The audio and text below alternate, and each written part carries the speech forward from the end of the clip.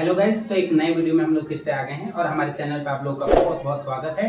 मैं आज लेकर आया हूं क्लास 12 के बारे में कुछ जानकारियां है जो कि आप जान लें। और देखिए, बहुत सारे बच्चे बोल रहे थे कि सर आप क्लास 12 के बारे में, बायोलॉजी के बारे में पढ़ाइए। तो मैं सोचा कि क्यों ना बच्चे सबको क्लास 12 का बायोलॉजी हर चैप्टर वाइज चैप्टर पढ़ा दिया जाए ताकि बच्चे बेहतर करें और अच्छा से अच्छा रिजल्ट लाए। तो उसके लिए मैंने सोचा कि क्यों ना चैप्टर वाइज चैप्टर वीडियो बनाया जाए और बच्चे सबके लिए मेहनत किया जाए ताकि बेहतर बच्चे मेहनत करें और बेहतर करें। तो इसी के लिए मैं सोचा कि क्लास 12 के लिए बायो पढ़ाया जाए। तो मैं सबसे पहले बात कर लूं कि कौन सा चैप्टर पढ़ना चाहिए, कौन सा चैप्टर पहले इग्नोर करना चाहिए। तो देखो, मैं बता दूं कि सबसे पहले मैं उस चैप्टर के बारे में सबसे ज्यादा जिक्र करूंगा जिसमें से नंबर ऑफ क्वेश्चन बहुत ज्यादा एग्जाम में आते हैं। मतलब कह दूं, ऑब्जेक्टिव की संख्या भी बहुत ज्यादा आते हैं, प्लस पॉइंट 2 नंबर की भी संख्या बहुत ज्यादा आते हैं और 5 नंबर का भी प्रश्न बहुत ज्यादा आते हैं एग्जाम में। उस चैप्टर को मैं पहले जिक्र करूंगा। आप बोलोगे कि सर पहले इस चैप्टर का क्यों पढ़ेंगे? तो सबसे जरूरी है ये जान लेना कि बाबू देखो, हमारे पास लगभग 6 मंथ टाइम है और 6 मंथ में हम लोग को एग्जाम लेना है बिहार बोर्ड का। तो उसके लिए मैंने सोचा कि सबसे पहले उस चैप्टर को मैं पढ़ा दूं जिससे ज्यादा क्वेश्चन एग्जाम में आते हैं, तो आपको रिवीजन करने में आसानी होगी। प्लस पॉइंट, आप क्वेश्चन बैंक सॉल्व करेंगे तो आसानी से क्वेश्चन बैंक सॉल्व कर पाएंगे, जिससे आपका मोटिवेशन बना रहेगा कि हमसे प्रश्न बन रहे हैं और मैं बेहतर कर सकता हूं। तो इसीलिए मैं उस चैप्टर को पहले पढ़ाऊंगा जिससे एग्जाम में बहुत ज्यादा प्रश्न आते हैं। तो इसलिए जैसे जैसे मैं लाइन बाय लाइन पढ़ाते जाता हूं वैसे आप पढ़ते चलिए। प्लस पॉइंट, दूसरी बात याद होना चाहिए कि आप नोट डाउन करते हुए चलेंगे, अच्छे तरह से नोट डाउन करते हुए चलते हैं तो आप बेहतर करेंगे और उतना बेहतर करेंगे जितना बेहतर आप सोचे नहीं होंगे। तो इसलिए आज लाइन बाय लाइन हम एक एक करके समझेंगे और पढ़ेंगे और फिर आगे बढ़ेंगे। तो सबसे पहले मैं उस चैप्टर की बात करूंगा जो कि चैप्टर आप लोगों को दिखाई दे रहा होगा, जेनेटिक्स। मैं सबसे पहले मैं बात कर लूं कि क्लास 12 में चैप्टर कितने हैं। तो क्लास 12 में टोटल 16 चैप्टर हैं। क्लास 12 में टोटल कितने चैप्टर हैं? 16 चैप्टर हैं, जिसमें से 5 यूनिट है। जिसमें कितने यूनिट है? 5।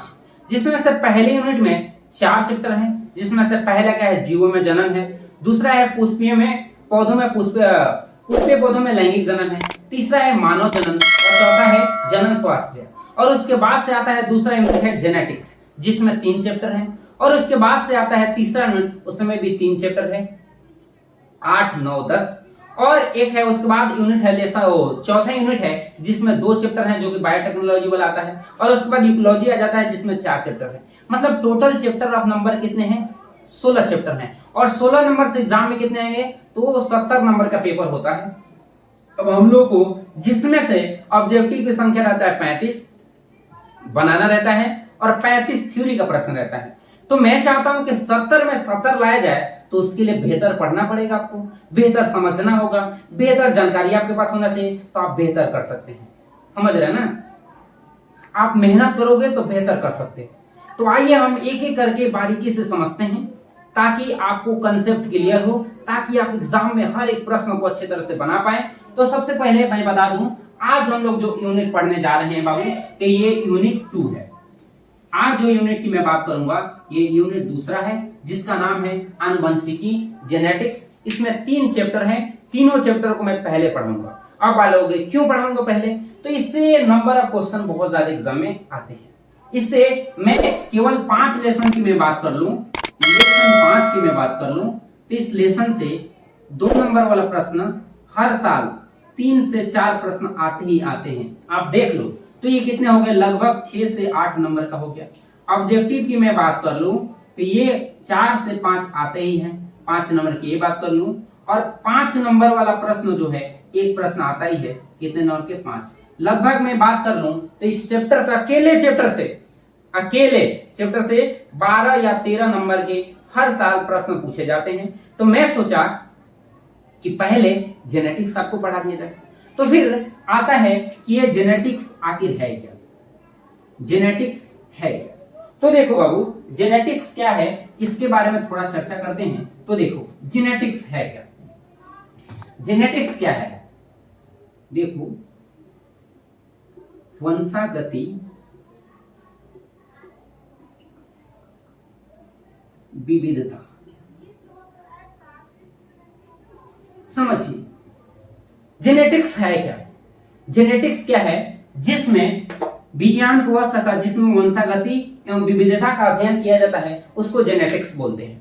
फिर से मैं बोल रहा हूं, जेनेटिक्स क्या है, जिसमें वंशागति एवं विविधता का क्या किया जाता है, अध्ययन। आप बोलोगे मेरे को समझ में नहीं आया। देखो सबसे पहले ये है कि आप लोगों ने जानते हैं कि जीवों में है लैंगिक जनन होता है, जैसे हम लोगों में लैंगिक जनन होता है, और लैंगिक जनन होने के पश्चात नर और मादा आपस में संयुक्त होकर नए जीवों की उत्पत्ति करते हैं। वो अपने पेरेंट्स से भिन्न होते हैं, अपने पेरेंट्स से क्या होते हैं, भिन्न होते हैं। देखो हम बता रहे हैं क्या कि जीव जो है लैंगिक जनन करते हैं, तो जिसमें दो जीव शामिल होते हैं, एक होते हैं नर और दूसरा क्या होता है, मादा। नर और मादा आपस में क्या करते हैं, जनन करते हैं, और उस जनन से जो जीव उत्पन्न होते हैं वो अपने पेरेंट्स से थोड़ा मोड़ा भिन्न जरूर होता है। न अपने मम्मी पापा के जैसा होता है, न अपने मम्मी के जैसा होता है, नहीं पापा के जैसे होता है, लेकिन कुछ गुण मम्मी और पापा से मिलते जुलते हैं। जैसे आप लोगों ने सुन रखा होगा कि लोग बोलते हैं कि देख रहे हो बाबू का नकिया जो है ना पापा से मिल रहा है, या बाबू का चेहरा जो है ना मम्मी से मिल रहा है। वो कैसे बोल देते हैं, कैसे बता देते हैं कि बाबू का नकिया मिल रहा है, बाबू का चेहरा मिल रहा है, बाबू का मुंह मिल रहा है, आँखियां मिल रहा है, कैसे? ये सब जेनेटिक्स से होता है कि एक पीढ़ी से दूसरे पीढ़ी में जो लक्षण जाते हैं ना उसी को भी जेनेटिक्स बोल सकते हैं। एक पीढ़ी से दूसरे पीढ़ी में जो लक्षण जा रहे हैं, जैसे में हमारे पिता से हमें कुछ ना कुछ लक्षण आए हैं, हमारे मम्मी से कुछ ना कुछ लक्षण आए हैं जिससे मैं भिन्न हो गया हूं। फॉर एग्जांपल के लिए जैसे मैं लाल रंग की बात कर लूं, एक बाल्टी में लाल रंग है और दूसरे बाल्टी में व्हाइट रंग है, और दोनों का आपस में मिक्स कर दिया जाए तो ना लाल ही रहेगा और ना उजला ही रहेगा, दोनों से डिफरेंट हो जाएगा। सेम उसी तरह होता है कि मम्मी पापा जब जनन करते हैं तो उससे भिन्न लक्षण उत्पन्न होता है, और ये लक्षण एक पीढ़ी से दूसरे पीढ़ी में जाता कैसे है। आप लोगों ने एक और बात नोट जरूर किया होगा, क्या आपने कभी सोचा है कि नए जीव की उत्पत्ति होता है तो हमारा 2 हाथ है तो हमारे बेटे का भी 2 हाथ होगा, हमारा 2 आंख है तो हमारे बेटे का भी 2 आंख होगा, हमारा 1 नाक है तो हमारे बेटे का भी 1 होगा। ये कैसे डिसाइड हुआ, ये कैसे डिसाइड हुआ? ये सब इस चैप्टर में हम लोग को पढ़ना है, कैसे डिसाइड हुआ कि एक पीढ़ी से दूसरे पीढ़ी में आखिर लक्षण जाते हैं तो जाते हैं कैसे, लेके जाने वाला होता कौन है कि एक पीढ़ी से दूसरे पीढ़ी में लक्षण गया, वो लेके गया कौन, इसके बारे में जानकारी इस चैप्टर में मिलेगा।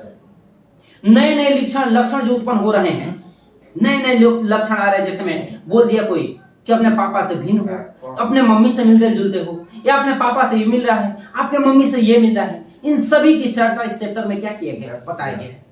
तो आइए इस चैप्टर को हम अच्छी तरह से क्या करेंगे, अध्ययन, जिसमें हमने आपको क्या बताया है कि जिसमें वंशागति और विविधता का क्या किया जाता है, अध्ययन किया जाता है, उसको हम लोग क्या कहते हैं, आनुवंशिकी। आनुवंशिकी किसे कहते हैं? विज्ञान की वह शाखा जिसमें वंशागति एवं विविधता का अध्ययन किया जाता है उसको क्या बोलते हैं, आनुवंशिकी। आप लोग नोट डाउन करते हुए चलेंगे, नोट डाउन करते हुए चलेंगे। फिर मैं बोल दूं आनुवंशिकी क्या है, विज्ञान की वह शाखा जिसमें वंशागति और विविधता का अध्ययन किया जाएगा उसको ही आनुवंशिकी कहते हैं। कोई दिक्कत? अब होता है वंशागति क्या है।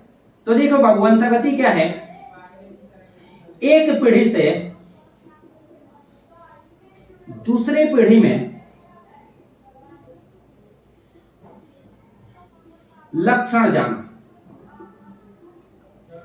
आप जानते हो एक पीढ़ी से दूसरे पीढ़ी में क्या हो रहा है, लक्षण जा रहा है। अभी मैंने बताया कि हमारे मम्मी पापा से लक्षण हम में आए हुए हैं, हमसे और हमारी वाइफ से हमारे बेटे में जाएगा कि नहीं जाएगा। तो देखो एक पीढ़ी से दूसरे पीढ़ी में जो लक्षण जा रहा है ना उनसे उसी को क्या बोलते हैं, वंशागति। और फॉर एग्जाम्पल हमारे मम्मी से लक्षण जो जा रहे हैं हमें और हमारे पापा से लक्षण जा रहे हैं, तो उसमें कुछ भिन्नता उत्पन्न हो रहा है कि नहीं हो रहा है, विभिन्नताएं आ रही है कि नहीं आ रही है, बोलो विभिन्नताएं आ रही है, हो विभिन्नताएं आ रही है। आप सोचो हमारे मम्मी से लक्षण गया, हमारे पिता से लक्षण गया, तो इनसे क्या उत्पन्न हुआ, विभिन्नताएं, कुछ ना कुछ विभिन्नताएं आया। न हम सेम माता के जैसे हैं, न सेम पिता के जैसे हैं, दोनों से भिन्न लक्षण उत्पन्न हो गया। ये सब किया कौन, आनुवंशिकी। तो वही है विभिन्नता क्या है, विविधता क्या है कि एक पीढ़ी से दूसरे पीढ़ी में जो लक्षण जाते हैं उनसे क्या आता है, विभिन्नताएं आती है, उसी को क्या कहते हैं, आनुवंशिकी। आनुवंशिकी समझ गए होंगे। फिर से मैं बोल दूं बायोलॉजी को वह शाखा जिसमें वंशागति और विविधता का अध्ययन किया जाता है उसको क्या बोलते हैं, आनुवंशिकी।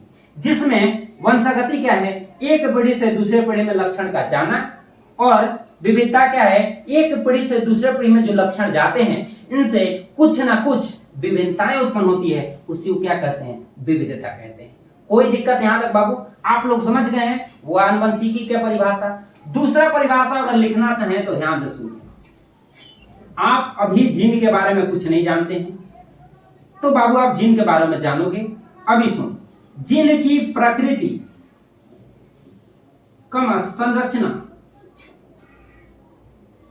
संरचनात्मक कमा क्रियात्मक। देखो जीन की प्रकृति कैसी है, इसकी संरचना कैसा है, काम कैसे करता है, इन सभी के बारे में अध्ययन करना ही क्या कहलाता है, आनुवंशिकी। तो दूसरा परिभाषा, विज्ञान की वह शाखा या बायोलॉजी की वह शाखा जिसमें जीन की प्रकृति, जीन के संरचनात्मक, जीन के क्रियात्मक के बारे में अध्ययन करते हैं, उसी को हम लोग क्या कहते हैं, आनुवंशिकी। दो परिभाषा हो गया। अगला आते हैं, देखो अगला क्या है। अब बताओ, कोई ना कोई आनुवंशिकी शब्द का प्रयोग तो जरूर किया होगा। आनुवंशिकी शब्द अपने आप से तो नहीं आ गया होगा, आनुवंशिकी शब्द को कोई ना कोई क्या किया होगा, बताया होगा। तो देखो इसको आनुवंशिकी जो शब्द देने वाले वैज्ञानिक थे, आनुवंशिकी शब्द को बैटसन दिए थे। कौन दिए थे? बैटसन। बैटसन नामक वैज्ञानिक ने आनुवंशिकी शब्द को क्या किए थे? विल्सन बैटसन नामक वैज्ञानिक ने सबसे पहले आनुवंशिकी शब्द को क्या किया था? दिया था। कोई दिक्कत? अब मैं बात कर लूं कि आनुवंशिकी के पिता कौन माने जाते हैं। तो आनुवंशिकी के जो पिता हैं वो हैं Gregor John Mendel. Gregor John Mendel, ये भूलना नहीं है। थोड़ा सा इनके बारे में और जानकारी रख लो कि इनका जन्म जो हुआ था 1822 ईस्वी में हुआ था और मृत्यु जो हुआ था 1884 में हुआ था। मैं इतना ही बात याद रखना, आगे पढ़ना है, डिटेल इनके बारे में जानेंगे हम लोग। अभी बस इतना ही याद रखना है कि आनुवंशिकी के पिता का शब्द कौन दिया था? बैटसन। और आनुवंशिकी के पिता कौन है? Gregor John Mendel. और थोड़ी सी मैं बात कर लूं कि वर्तमान समय में पिता कौन है आनुवंशिकी के? तो वर्तमान में कौन है? बैटसन है। कौन है बाबू? बैटसन। याद रखना है। एक और मैं बात कर लूं कि प्रायोगिक या ऐसे बोल सकते हैं, प्रायोगिक या प्रयोगात्मक पिता कौन है? जो एक्सपेरिमेंट करके बताया था कि हाँ रियल में आनुवंशिकी क्या है, तो वो है मोर्गन। कौन है बाबू? मोर्गन है, टीएच मोर्गन जिसको बोलते हैं। और क्या मानव आनुवंशिकी के कौन है? तो मानव आनुवंशिकी के जो पिता हैं, मानव आनुवंशिकी के जो पिता हैं कि पिता जो हैं वो है गैरोड। कौन है बाबू? गैरोड है, गैरोड। ठीक है, मैं थोड़ी सी और चर्चा कर देता हूं, फिर से मैं एक बात को जिक्र करता हूं ताकि आपको अच्छी तरह से याद रहे। आनुवंशिकी किसे कहते हैं? तो बायोलॉजी की वह शाखा जिसमें हम लोग क्या करेंगे, वंशागति और विविधता का अध्ययन करेंगे, उसको क्या बोलेंगे? आनुवंशिकी कहते हैं। आनुवंशिकी जो है, आनुवंशिकी शब्द को कौन दिया था? बैटसन नामक वैज्ञानिक ने क्या किए थे? दिए थे। आनुवंशिकी के बारे में और एक परिभाषा जान लें कि जिसमें बायोलॉजी की वह शाखा जिसमें जीन की प्रकृति कैसी होती है, उसकी संरचना कैसा होता है, काम कैसे करता है, इन सभी के जानकारी जो मिलता है, जिससे उसको हम लोग क्या बोलते हैं? जेनेटिक्स बोलते हैं। जेनेटिक्स के पिता कौन है? तो ग्रेगर जॉन मेंडल है। आधुनिक कौन है जो अभी वर्तमान में है? बैटसन को बोला जाता है। और मानव आनुवंशिकी का पिता कौन है? गैरोड है। कौन है? गैरोड। और प्रयोगात्मक पिता कौन है बाबू? तो टीएच मोर्गन है। कौन है? TH Morgan. और मैं थोड़ी सी चर्चा कर दूं कि ग्रेगर जॉन मेंडल का जन्म 1822 में, 1884 में। ये सारा प्रयोग यही किए थे और ये प्रयोग जो हुआ था 19वीं सदी में हुआ था। सारा का सारा प्रयोग किसमें हुआ था? 19वीं सदी में। और भी केस पे उद्यान मट्टर पे हुआ था। उद्यान मट्टर पे, पाइसम सेटाइवम जिसका वैज्ञानिक नाम होता है। तो हम लोग सब बारीकी से पढ़ेंगे, लेकिन आज हम लोगों ने क्या जाना? एक अच्छा सा आनुवंशिकी के बारे में परिचय जाना है। कल से और इसके आगे बेहतर पढ़ना प्रारंभ करेंगे और मैं उम्मीद रखता हूं कि सारा लाइन बाय लाइन आप नोट डाउन करते जाएंगे और बेहतर पढ़ेंगे ना तो बेहतर जरूर होगा। कर उम्मीद तो बेहतर जरूर होगा। आप जब तक उम्मीद नहीं लगाओगे ना तब तक बेहतर नहीं होगा और एक मेरे ही सोचने से नहीं होगा। मैं पूरा भरोसा करता हूं कि आप भी सोच रहे हो और जितना पॉइंट मैं बताया हूं नोट डाउन कर लिए हो। तो मैं फिर से एक बार रिपीट कर देता हूं कि जल्दी जल्दी क्या आनुवंशिकी किसे कहते हैं, जिसमें वंशागति और विविधता का अध्ययन करेंगे उसको आनुवंशिकी। वंशागति का मतलब क्या हुआ, एक पीढ़ी से दूसरे पीढ़ी में लक्षण जाना, चाहे मम्मी का जाए पापा जी का जाए, और जो विभिन्नता उत्पन्न होगा उसको विविधता कहते हैं। और मैं बता दूं आनुवंशिकी शब्द का उपयोग कौन किया था, बेटसन किए थे। आनुवंशिकी के पिता कौन है, ग्रेगर जॉन मेंडल। आधुनिक पिता कौन है, बेटसन है। और मानव आनुवंशिकी पिता कौन है, गैरोड है। प्रयोगात्मक पिता कौन है, टीएच मॉर्गन है। ये सारा पॉइंट याद रखना है बाबू, और कल से इतना पढ़ के आइए। और मैं एक और बात बोल दूं, एनसीईआरटी अपने पास रखा कीजिए, एनसीईआरटी पढ़ते चलिए, नीट बीसीसी सब क्लियर हो जाएंगे आपके, बशर्ते आपको टाइम लेना होगा, आपको पढ़ना होगा। और मैं इतना वादा करता हूं कि एग्जाम के पहले 2 मंथ पहले पूरा सिलेबस खत्म करूंगा बायो का। और दूसरी बात, सारा ऑब्जेक्टिव भी आपको पढ़ाया जाएगा। तीसरी बात, आपको जितने भी शॉर्ट प्रश्न आते हैं 2 नंबर वाला वो भी बताया जाएगा, 5 नंबर का भी प्रश्न बताया जाएगा। और इतना भरोसा रखो कि एक भी बाहर से प्रश्न नहीं आएंगे, एक मक्खी तक बाहर से नहीं आएगी। मैं बोलता हूं ना, उम्मीद रखो एक भी मक्खी बाहर से नहीं आएगी तो नहीं आएगी, ये वादा करता हूं। बशर्ते करना क्या है, पढ़ना है। हम उम्मीद लगा के रखते हैं कि आप पढ़े होंगे, नोट डाउन अच्छे से किए होंगे। इसके साथ हम मिलेंगे कल। Meet you tomorrow guys, thank you.